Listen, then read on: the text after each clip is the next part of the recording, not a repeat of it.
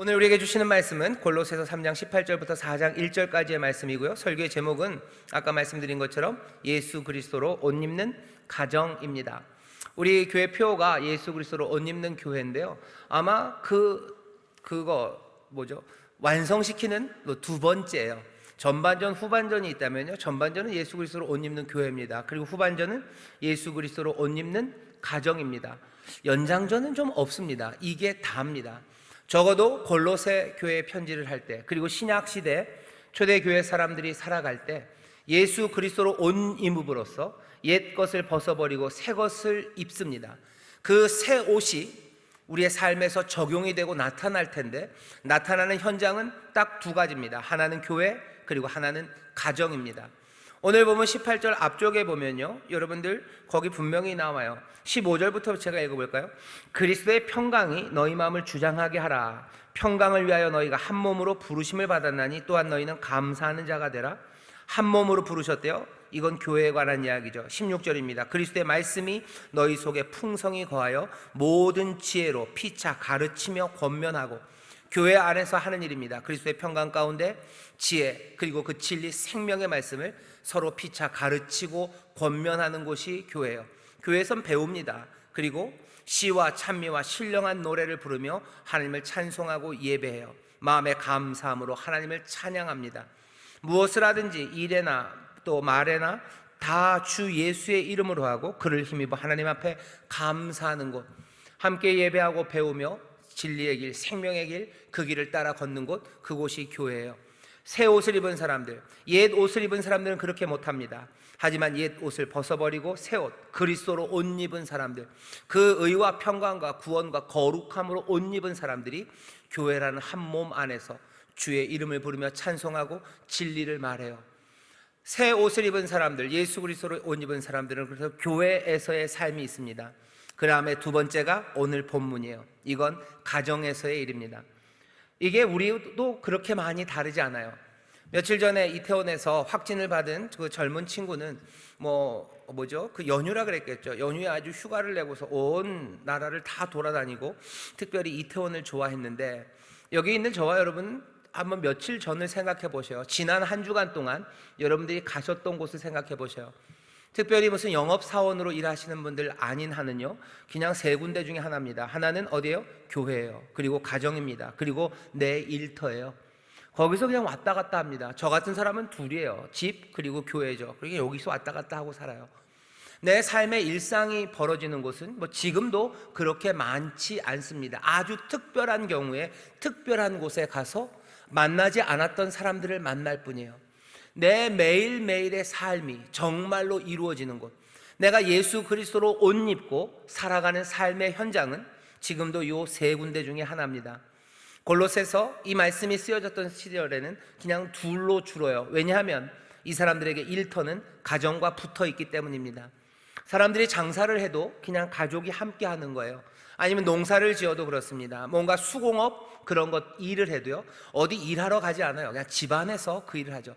대장간 집안이면 대장간 일을 해요. 신발 만들면 신발 만드는 일을 아버지와 온 가족들이, 친척들이, 삼촌, 고모 있으면 그렇게들 하죠. 굉장히 큰 사업을 한다고 해도 마찬가지입니다. 사업을 하는 사람들이 어디서 일하는 사람들을 불러오는 게 아니고 보통은 그 집에서 태어난 노예들, 그 집에서 태어난 종들이 대부분입니다. 그 사람들과 함께 일을 해요. 그러니 삶의 터전, 일상이라는 것이 펼쳐지는 곳은 교회 그리고 가정입니다. 그러니 골로새서에서 너희들가 옛 옷은 벗어버리고 새 옷을 입어라 라고 얘기하셔요. 그리고 그 새 옷을 입은 것, 그 사랑이, 그리고 그 놀라우신 거룩함과 의가 일상에서 펼쳐지는 곳은 두 군데, 하나는 교회 그리고 하나는 가정이에요. 교회에 관해서는 죄송합니다, 15절부터 17절까지 얘기가 끝났어요. 오늘은 그 얘기는 안 합니다. 왜? 몇 년 전에 아니죠, 올 초에 이 설교를 했어요. 여러분들 궁금하시면 찾아보시면 됩니다. 이상한데요, 들은 적이 없는데요? 그럴 리가 없습니다. 찾아보시면 분명히 있습니다. 오늘은 그 두 번째예요. 이 교회와 이 가정이 내가 새 옷, 예수 그리스도로 옷 입은 삶으로 살아간다면 우리는 주께서 우리에게 주신 새로운 생명을 어떻게 이 땅에서 적용하며 실제로 살아가는지, 하나님의 말씀대로 살면 복을 받는다라는 게 추상이 아니라 정말로 그대로 살아가는 삶의 현장에서 그 복 주심이 약속이 아니라 실제 삶으로 이루어지는 그 놀라운 현장은 바로 교회, 그리고 여기 있는 이 가정입니다. 오늘 이 말씀을 우리가 듣습니다. 그리고 기대하셔요. 나에게 입혀준 그 새 옷, 예수 그리스도로 옷 입음으로써 내가 일상에서, 내 가정에서 이렇게 살아야 하나님이 약속하시고 또 마련해 놓으신 그 놀라운 은혜의 선물을 내가 받아 누리겠구나. 이 말씀을 여러분들 기쁨으로 받으시기를 주의 이름으로 축원합니다. 약속을 기대하면서 이것이 현실이 될 걸 기대하셔요. 그리고 오늘 주신 말씀이 내 삶의 현실이 될 것을 여러분들 결단하셔요.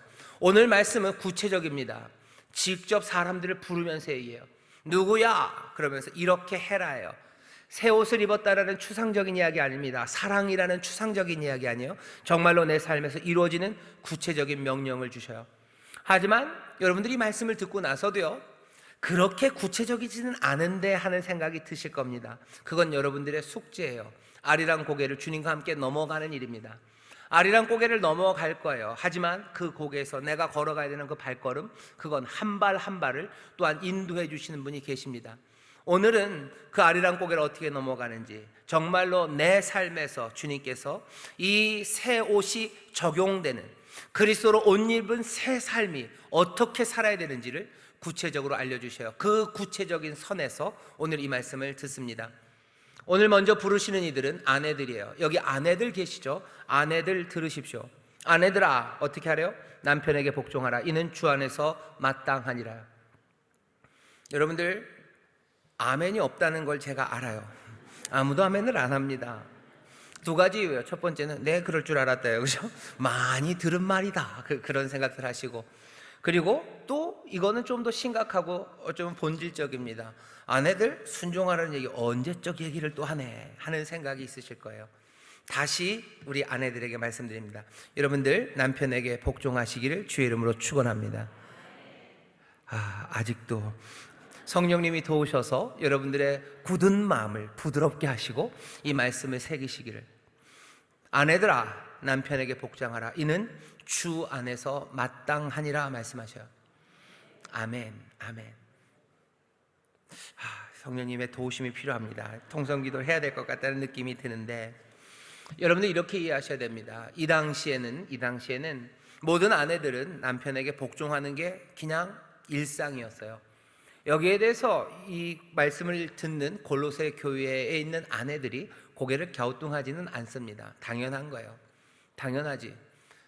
그런데 이럴 수는 있죠. 교회를 오면 뭔가 다른 얘기를 할 줄 알았는데, 뭔가 세상을 확 뒤집어 놓는 이야기를 할 줄 알았는데 그냥 하던 대로 하라는 건가? 먼저 말씀드릴게요. 교회가, 그리고 우리가 새 옷을 입었다고 해서 세상을 몽땅 다 뒤집으라고 얘기하지는 않으셔요. 하지만 모든 것들을 바꿔내실 겁니다. 하지만 모든 것들을 뒤집는 그 시도들이 있지는 않아요. 다른 방식으로 전혀 다른 세상을 만들어 가실 거예요. 아내들, 이러면 그냥 똑같은 거 아닙니까? 아니에요. 조금만 기다려 보셔요. 아내들 복종하십시오. 이는 주 안에서 마땅합니다. 어쩌면 가부장제라고 얘기했던 그 시절, 그리고 그 시대와 그 시스템을 그대로 인정하는 것, 거기에 더해서 이건 그리스도 주께서 기뻐하시는 거다 해서 오히려 더 강화하는 거 아닌가? 우리를 좀 더 묶어놓는 것 아닌가? 아니요, 그렇게 생각할 일은 아닙니다. 조금만 더 참고 들어주세요. 그 대신 이 말씀은 아내들 마음에 품어놓으십시오. 남편에게 복종하라. 이것이 주 안에서 마땅합니다. 하던 대로, 하던 대로입니다. 하지만 세상이 몽땅 다 바뀌어질 거예요. 자, 오늘 여기 남편들이 있습니다. 이제 남편들에게 하시는 말씀을 들으셔요. 남편들아, 아내를 사랑하며 괴롭게 하지 말라.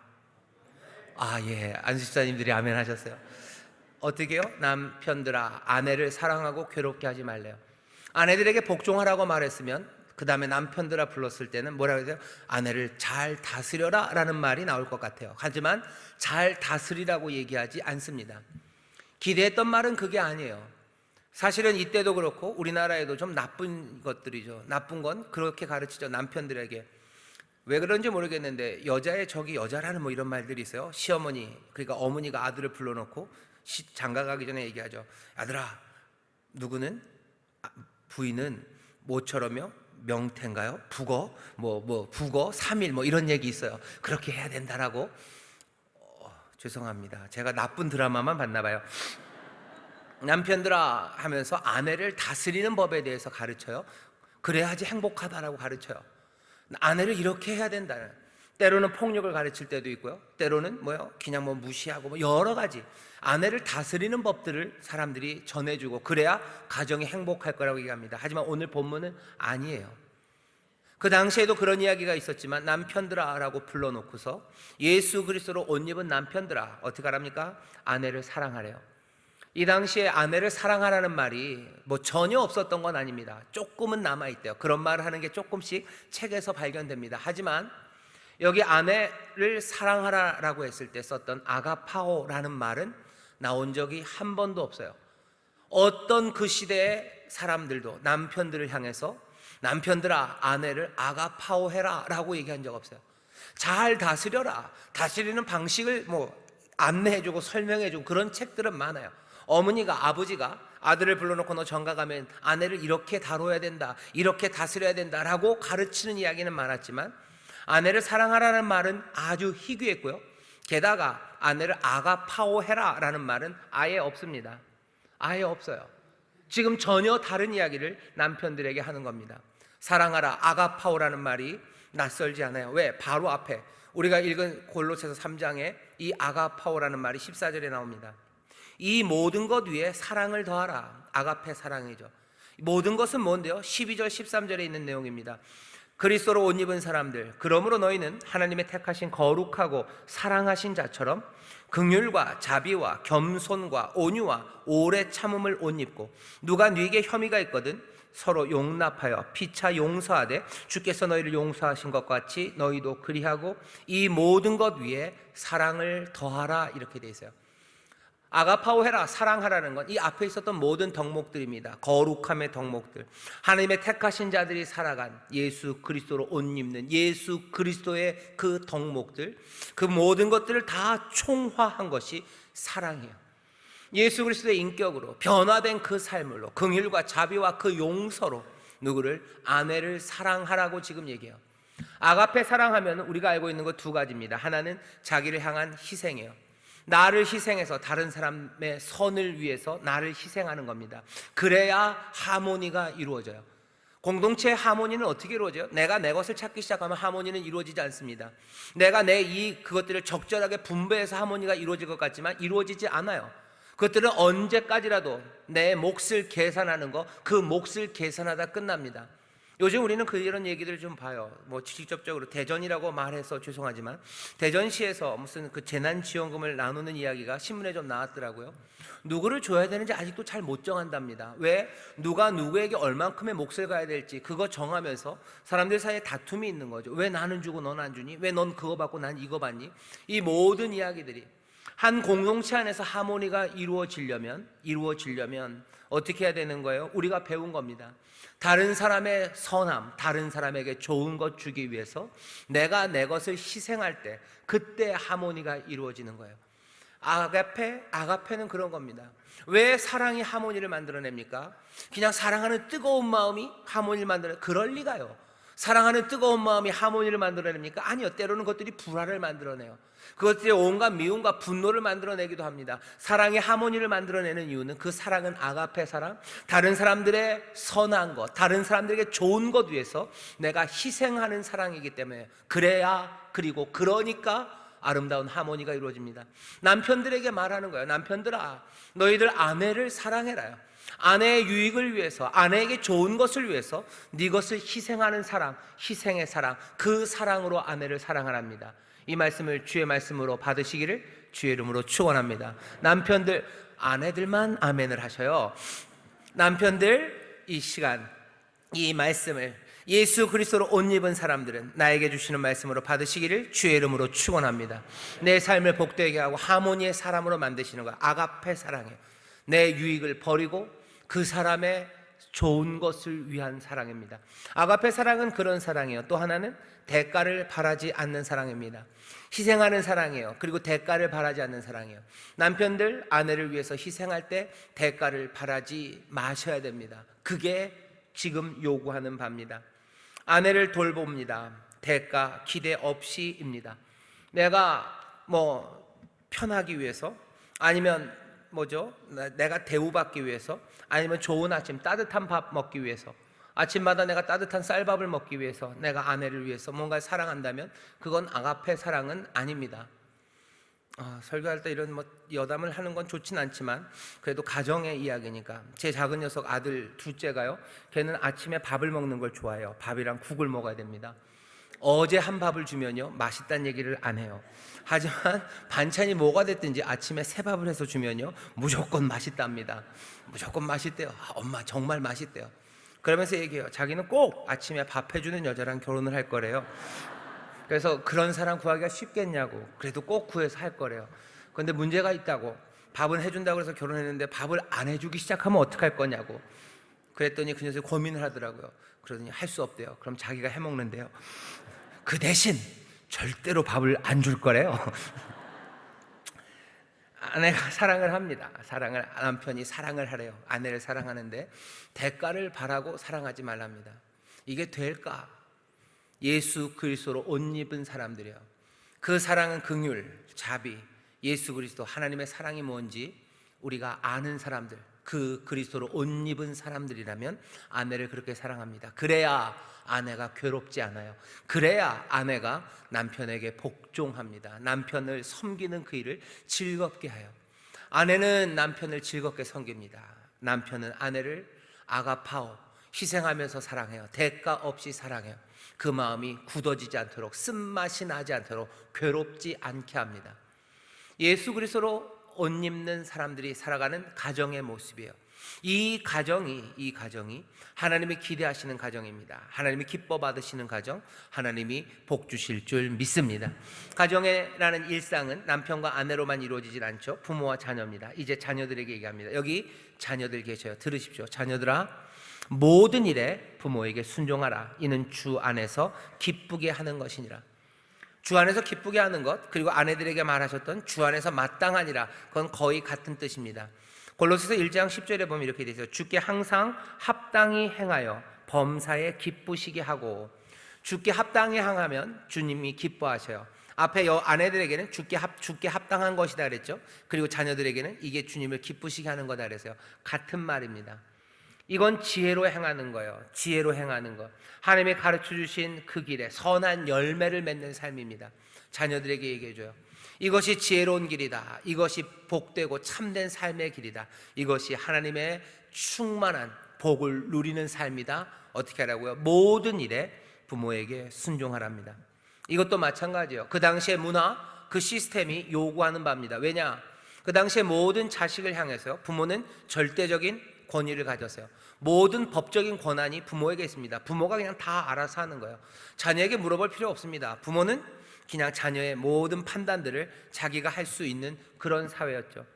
그러니 자녀들은 부모에게 모든 일에 복종하는 게 맞습니다. 그러니까 요구하는 건 뭐예요? 세상을 뒤집으려고 그러지 말아라요. 그냥 그렇게 해도 된다. 아니, 그렇게 하는 것이 부모에게 그렇게 순종하는 것, 모든 일에 순종하는 것이 주님이 기뻐하는 일, 이 땅에서 지혜롭고 복되게 사는 길이라고 말합니다. 여기도 자녀들, 이런, 잠깐만 기다리셔요. 저 모든 것들을 그냥 바뀐 게 없죠. 세상 사는 것들은 그대로인 것 같죠. 하지만 아니에요. 모든 것들을 바꾸는 말씀입니다. 그 다음에 부모들을 향해서 말합니다. 아비들아, 어떻게 하래요? 자녀를 경록해 말지니 낙심할까 함이라. 아주 짧지만 여기 있는 이 말씀은 또 조금은 놀랍습니다. 왜냐하면 자녀들에게 모든 것들을 순종해라 그랬으면 당연히 기대되는 건, 부모들아, 너희 자녀들을 이렇게 가르쳐라, 아니면 이렇게 다루어라, 이렇게 다스려라 하는 말씀이 나올 것 같아요. 하지만 그렇게 나오지 않습니다.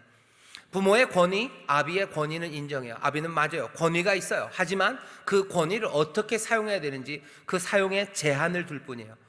권위를 사용해라. 하지만 니들 마음대로는 아니다요. 왜? 예수 그리스도로 옷 입는 순간 이제 내 삶은 달라져요. 거기에 합당하다는 게 핏한다는 거예요. 핏하는 거예요. 여러분은 옷이 좀 이렇게 딱딱 달라붙고 그러면요, 움직이는 게 조금 부자연스럽습니다. 막 움직이려면 뭐 입어야 돼요? 추리닝 입어야 돼요. 아니면 몸빼, 아니면 월남치마 이런 거 입으면 막 움직여요. 하지만 딱 달라붙는 아주 멋있는 드레스를 위아래로 쭉 빼입었어요. 그러면 할 수 없는 것들이 많아요. 예수 그리스도로 옷 입은 부모는 분명히 권위가 있지만 마음대로는 안 됩니다. 그 제한이 있습니다. 제한은 뭐라고요? 경록해 말해요. 누구를? 자녀를 경록해 말아요. 내 분노의 선이 아니에요. 내 자녀의 분노의 게이지가 있어요. 그 분노의 게이지를 넘지 말게. 그러니 내가 마음대로 하는 거 아닙니다. 내 자녀를 살펴야 되는 거예요. 내 자녀가 경노할지, 내 자녀가 격분하고 내 자녀가 억울해할지 살피면서 내 권위를 사용하라고. 부모가 자녀들에게 말할 때 그리고 행할 때 무엇이든지 그 행하는 일들이 마음대로는 아니에요. 예수 그리스도로 옷 입었기 때문에 자녀를 살핍니다. 자녀의 분노 게이지 살펴요. 자녀의 억울함이 얼마나 있는지 살펴요. 그것들을 살피다 보면 이렇게 됩니다. 과도한 징계 못할 거예요. 과도한 징계 안 됩니다. 불합리한 요구들 안 됩니다. 부모들이 자꾸 자녀들에게 불합리한 요구들 하기 시작하면 아이들은 화나요. 그리고 억울해합니다. 화나고 억울해하면 어떻게 돼요? 여기 본문에 있어요. 경록해 말라. 왜? 그들이 낙심한다는 거예요. 네 자녀들이 낙심한다는 게 마음이 떨어진다는 거예요. 용기가 사라지는 거예요. 삶의 의욕이 없어지는 거예요. 우리 가운데 나타나는 건 자녀들이 무기력해져요. 그리고 더 구체적으로는 묵묵부답, 대답하지 않습니다. 낙심해요. 마음이 떨어지는데 무슨 대답을 합니까? 무기력해요. 축 처져요. 이 얘기는 활기, 생명, 그것과는 상관없는, 점점점 멀어지는, 죽은 것 같은 삶의 능력과 그리고 삶의 활기, 생기가 사라진 그런 자녀들이 돼요. 적어도 너에게 그래요. 가정이 그렇게 되는 거예요. 걔네들이 밖에 나가서는 활기가 나올지 몰라. 하지만 집에만 들어오면 낙심합니다. 집에만 들어오면 묵묵부답이에요. 그런 얘기들 많이 하죠. 밖에서는 그렇게 그러고 다니더니 왜 집에만 들어오면 그러냐고. 알려드릴까요? 여러분들이 자녀들을 격분하게 하고 억울하게 만들었기 때문일 겁니다. 얘기하시는 거예요. 경록해 하지 말아라. 과도하게 징계하고 불합리한 요구들하고 부모가 제멋대로 막 이리저리 하면 아이들은 화나요. 그리고 억울해합니다. 그리고 낙심하는 거예요. 계속적인 잔소리, 끊임없는 잔소리, 그리고 끊임없는 비난, 그리고 끊임없는 저주, 그리고 아주 그들의 감정들, 자녀들의 마음에 대해서 무신경하게 구는 그것들은 아이들을 분노하게 만듭니다. 그리고 억울하게 만들어요. 그러면 대답하지 않아요. 말 못하는 아이들이 아니에요. 엄마가 부르면 대답합니다. 근데 아빠가 부르면 대답 안 해요. 엄마가 전화하면 받아요. 아빠가 전화하면 안 받아요. 사람들에게 대할 때는 활기 있게 대해요. 하지만 가정에서는 무기력하게 아무것도 없는 것처럼 게으르게 그냥 잠만 자는 아이들이에요. 일상이, 내가 삶이 교회와 그리고 가정인데 교회에서는 뭔가 활발하게 일이 이루어지는 것 같아요. 하지만 가정만 가면 내 자녀가 무기력하게 있다. 이거 왜 그런 겁니까? 이게 예수 그리스도로 옷 입어서 새 삶을 이루는 삶의 모습입니까? 이것이 복된 삶, 이 땅에 빛이 되고 하나님의 살아계심을 증거하는, 아니면 하나님의 자녀로서 하나님이 주시는 복을 누리는 그런 삶인가요? 아니에요. 하나님께서 그렇게 살게를 두고 싶지 않으셔요. 그러니 말씀하는 겁니다. 아비들아, 너희들 자녀들을 경록해 하지 말아라. 왜? 그들이 낙심할까 함이라. 낙심하면 어떻게 되는데요? 하나님이 뜻하셨던 그 복된 삶, 하나님이 뜻하셨던 예수 그리스도로 옷 입은 가정이 밝히 비출 그 진리와 은혜의 빛이 그곳에서 사라집니다. 생기와 활기는 사라지고 그냥 칙칙함과 어둠이 있는 것. 왜? 부모들이 자기의 권위를 제한적으로 사용하지 못하기 때문이에요.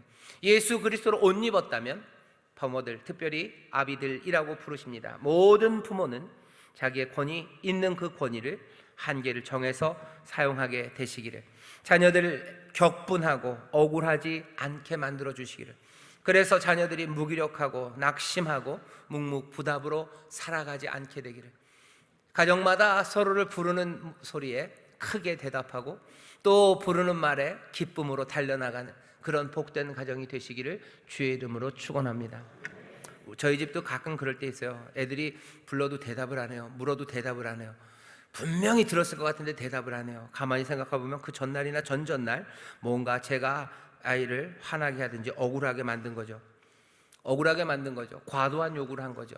말도 안 되는 일 자꾸 한 거죠. 시험 보는데 다 맞아, 100점 맞아 오라 그러고, 과도한 요구죠. 그런 요구 자꾸 하고 못한다 그러면 왜 못하냐고 따지고, 그러면 아이는 좀 억울합니다. 그리고 화나는 거예요. 누군 100점 맞고 싶지 않아서 그런 건가? 한 번 얘기하면 되지 자꾸 얘기하시나? 마음에 있는 거예요. 그러면 대답 안 합니다. 갑자기 저희 가정을 불쌍히 여기기 시작하시는데요. 그리고 또 며칠 지나면 또 잘해서 또 대답 잘합니다. 근데 대답이 안 하는 시간들이 점점 길어지면 굳어지는 거죠. 예수 그리스도로 옷 입는 가정, 어떻게 실현이 됩니까? 사랑과 긍휼, 그리고 자비, 그리고 그 의로움이 어떻게 실현이 됩니까? 실현돼야 되는 곳은 어디입니까? 우리의 삶의 현장은 교회 그리고 가정, 거의 둘밖에 없어요. 여기에서 실현될 거예요. 어떻게? 말씀 그대로 아비들은 자기의 권한을 제한함으로 자녀들의 생기를 일으켜 세워주셔야 돼요.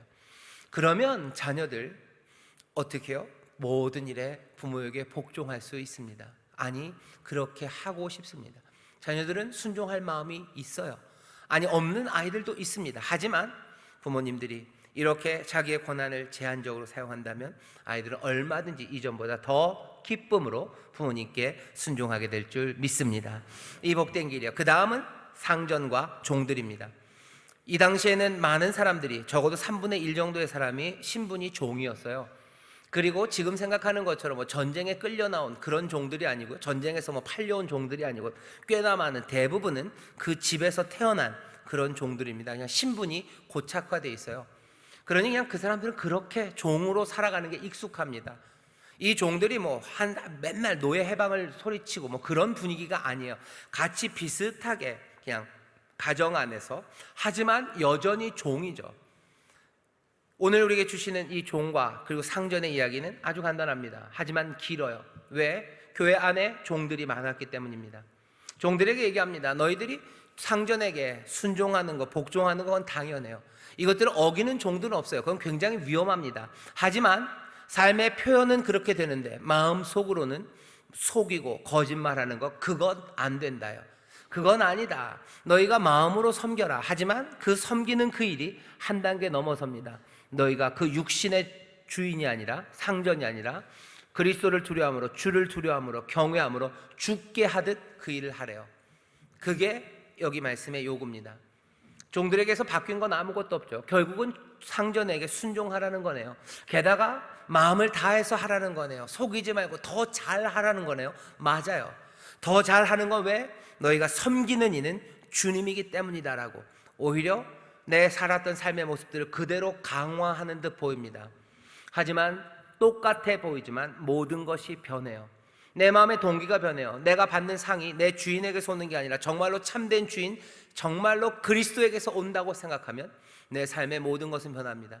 똑같이 아침에 일어나서 일하러 나가 밭을 갑니다. 하지만 나에게 오는 보상이 육신의 상전이 아니라 주께 온다고 생각하고, 내가 섬기고 그리고 내가 수고하는 것이 육신의 상전에게만이 아니라 내 주님에게 수고하는 것이라고 생각하면 내가 일하는 일상은 똑같이 모든 것들이 하나도 변하지 않은 것 같지만 완전히 변해지는 거죠. 그 다음에 상전들에게 하는 말은 더 놀라운 반전입니다. 뭐라고 얘기하냐면 4장 1절이요. 상전들아, 의와 공평을 종들에게 베풀지니. 이것도 깜짝 놀랄 일이에요. 상전들은 종들에게 의를 베풀, 공의로 대할 필요가 없습니다. 이건 이 상전들이 욕심꾸러기라 그런 게 아니에요. 그냥 이 당시에 가장 고상한 윤리입니다. 아리스토텔레스 윤리학서부터 쭉 나온 그 이후의 윤리학적인 가르침이에요. 공의, 저스티스죠. 공평, 의를 행하는 건 남과 나 사이의 관계예요. 남의 것 그리고 내 것, 그것들을 나눌 때 필요한 것이 공의와 정의지, 내 것, 내 소유 안에서는 공의와 정의가 필요 없어요. 내가 알아서 하면 됩니다. 여기에서 공의롭게? 아니, 그럴 필요 없어요. 내가 이렇게 짜장면을 먹으면서 이 짜장면 요가닥 조가닥 이걸 어떤 걸 먹어야지 공의로울까? 그건 상관없어요. 내가 아무거나 먹으면 됩니다. 어차피 내 거기 때문에 그래요. 하지만 내 것이 아닌 저 짜장면 아니면 저 짬뽕과 내 짜장을 놓고서는 여기엔 의가 필요한 거예요. 공의, 이것을 내가 저걸 먹을 권리가 나에게 있는지, 쟤는 내 것을 요구할 자격과 권리가 있는지, 공의는 거기서 따지는 거죠. 내 것 안에선 따질 필요가 없습니다. 그런데 오늘 본문에서 말해 상전들아, 의와 공평을 누구에게? 종들에게 베풀래요. 그 얘기는 종이 내 것이 아니라는 겁니다. 내 것이면 마음대로 하면 돼요. 하지만 내 것이 아니니까 의와 공평을 따져야 되는 거예요. 상전들에게 말합니다. 종, 너희 것 아니야. 너나 종들이나 몽땅 다 주의 것이에요. 주께 속한 것. 너 네 위에 상전이 있음을 알아라. 그러니 그들은 너의 것은 아니에요. 분명히 다스리고 명령할 겁니다. 하지만 너의 것 아니다.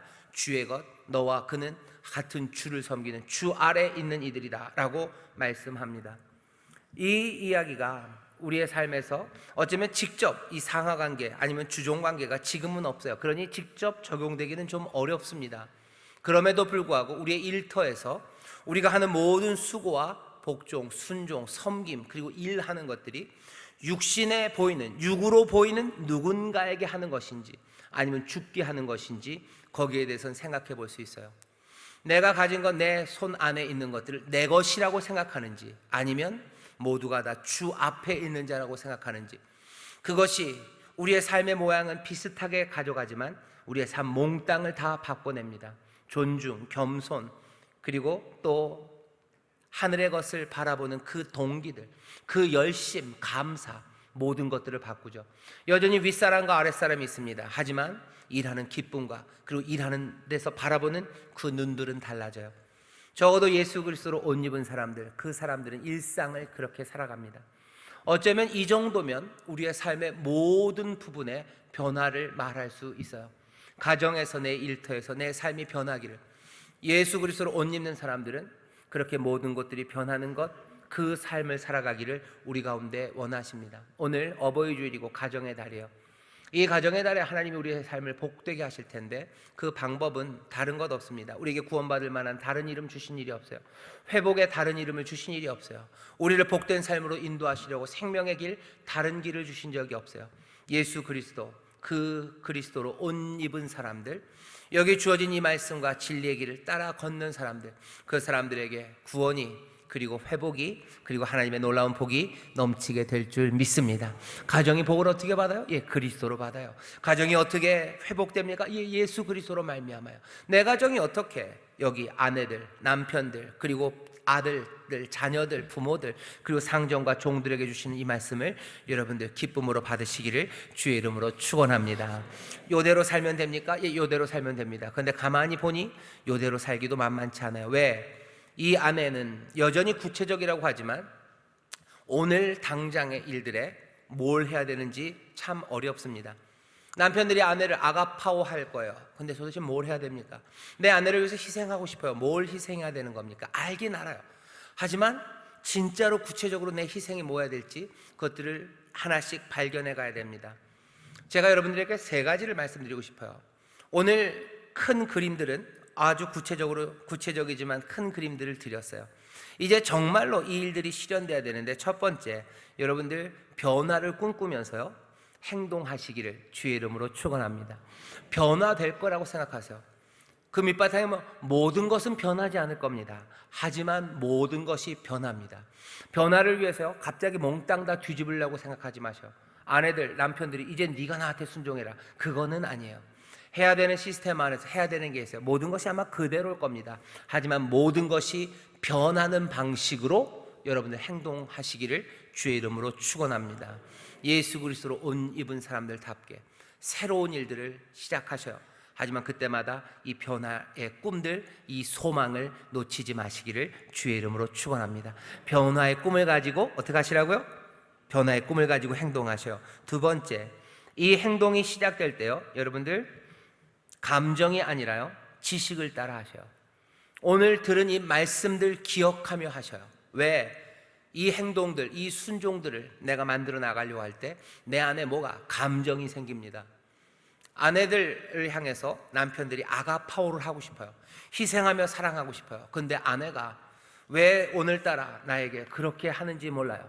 그렇게 말도 안 되는 이야기로 바닥바닥 몰아보래요. 그러면 뭐가? 감정이 아가파오가 아니라 그냥 패고 싶어요. 죄송합니다. 이렇게 폭력장만 하면 안 돼요. 뭐 그런 거예요. 감정이에요. 감정이 내 행동을 이끌어가는 거, 그거 안 됩니다. 소망을 두고 행동하셔요. 그리고 뭐예요? 두 번째, 지식을 따라 행동하셔요. 내 감정 따라가지 마셔요. 감정 따라가면 지혜가 따라올 거가 아니요, 그렇게 안 됩니다. 하지만 내가 배운 것, 이 진리를 따라가면 감정은 따라옵니다. 이것 말고 이게 뒤집어질 수는 없어요. 발레리라는 사람이 그런 말 하죠. 생각하는 대로 살아야 돼요. 생각하는 대로 살지 않으면요, 어떻게 되는지 아세요? 그냥 사는 대로 생각합니다. 사는 대로 생각해버려요. 폭력 버릴 수 없어요. 그러면 폭력은 좋은 거라고 생각해버리는 거예요. 폭력이 나빠요. 폭력을 멈추라고 생각해요. 그리고 그거에 따라 폭력을 멈춰야 되는 거지, 내가 사는 대로 생각하기 시작하면 그건 굉장히 위험합니다. 내 감정 따라 행하는 것 말고 내가 배운 말씀 따라 행동해야 된다는 것, 그것 기억하셔요. 첫 번째는 소망 따라, 그 다음에 지혜 따라요. 세 번째, 여러분 기도하며 행하십시오. 기도하며. 왜? 감정, 이게 그렇게 쉽게 변하지 않습니다. 그러니 4장 2절에 바로 나와요. 기도를 항상 힘쓰고 기도에 감사함으로 깨어있으라. 특별히 그 기도 가운데 이 말씀을 기억하셔. 네 원수를 축복하고 그를 위하여 기도하라는 말 기억하셔. 왜? 세상을 향해서 우리가 원수라고 말하는 건 세상에 둘밖에 없어요. 하나는 뭐죠? 김일성, 돌아가셨네요. 네, 김정은이 원수예요. 원수죠. 그리고 또 하나는 보통 남편이 왼수, 아니면 아내가 왼수, 자식이 왼수, 그렇게 돼요. 그런 마음이 생깁니다. 왜? 가까이 있기 때문에 그래요. 가까이 있기 때문에. 멀리 있는 사람 우리를 별로 아프게 하지 않습니다. 그냥 그러려니 그래요. 하지만 내 가까이 있는 사람이 내 원수이기가 쉬워요. 그런데 오늘 말씀은 그를 아가파하래요. 그를 섬기래요. 그에게 순종하래요. 그 말을 들으래요. 그 마음을 살피고 노엽게 하지 말래요. 이 모든 것들이 우리의 삶을 힘들게 만들어요. 그러니 기도하십시오. 어떤 기도? 기억하셔요. 원수를 위해 기도하고 그를 축복하고 용서하라는 이 말씀 기억하셔요. 남편이 아니면 아내가 원수 같습니까? 그러니 사랑하기 어렵고 섬기기 어렵습니까? 그냥 내 감정 따라 갑니까? 절망으로? 아니요. 소망으로 행동할 거예요. 진리의 말씀 따라 우리가 행동할 거예요. 기도하며 원수를 축복하십시오. 그 기도 기억하셔요. 위해서 기도하십시오. 아내를 위해서 기도하셔요. 그리고 남편을 위해서 기도하셔요. 부모님을 위해서 기도하셔요. 그리고 자녀를 위해서 기도하셔요. 축복하며 기도하셔요. 그리고 용서의 말을 하셔요. 그러면 내 마음이 하나씩 하나씩 그 사랑 안에서 진리를 따라갈 수 있습니다. 아내를 사랑하고 남편을 사랑하기 시작하면 이 진리 따라 갈 수 있어요. 사랑하고 그리고 섬기고 순종하고 의로 대할 수 있습니다. 이 가운데 모든 것들이 변할 소망, 그 소망을 붙잡고 하나씩 하나씩 걸어가요. 그게 예수 그리스도로 옷 입는 가정, 예수 그리스도로 옷 입음으로써 우리에게 주시는 구원과 그 회복을 누리는 그 풍성한 삶의 길입니다. 다른 이들은 세상에서 뭐라 말할지 몰라요. 하지만 주님께서는 우리에게 이 생명의 길을, 그리고 이 복된 삶의 방식을 우리에게 알려주십니다. 오늘 이 말씀을 정말로 생명의 말씀으로 들으시고 기도하며 그죠? 말씀 붙잡고 소망 가운데 걸어가시기를 주의 이름으로 축원합니다. 기도하겠습니다. 하나님 감사합니다. 우리를 복되게 하시려 진리의 말씀을 주시니 주여 이 약속의 말씀을 소망으로 꿈으로 붙잡고 기도하며 말씀 따라 걷게 하여 주시옵소서. 그렇게 예수 그리스도로 옷 입는 성도들, 예수 그리스도로 옷 입는 가정들 정말로 이 땅에서 복을 누리게 하시고 또한 이 세상에 복이 되게 하실 줄 믿사오니 우리 믿음의 가정마다 찬란하게 빛나게 하시고 하나님의 영광을 위하여 쓰임받고 그 영광을 드러내는 복된 가정이 되게 하여 주시옵소서. 아름다운 섬김과 사랑이 넘치게 하시고 순종과 돌봄과 주여 의를 행하는 일들이 우리 가정 일터마다 넘치게 하실 줄 믿사오니 주여 그리스도의 영광으로 가득 채워 주옵소서. 감사드리며 예수님 이름으로 기도하옵나이다. 아멘.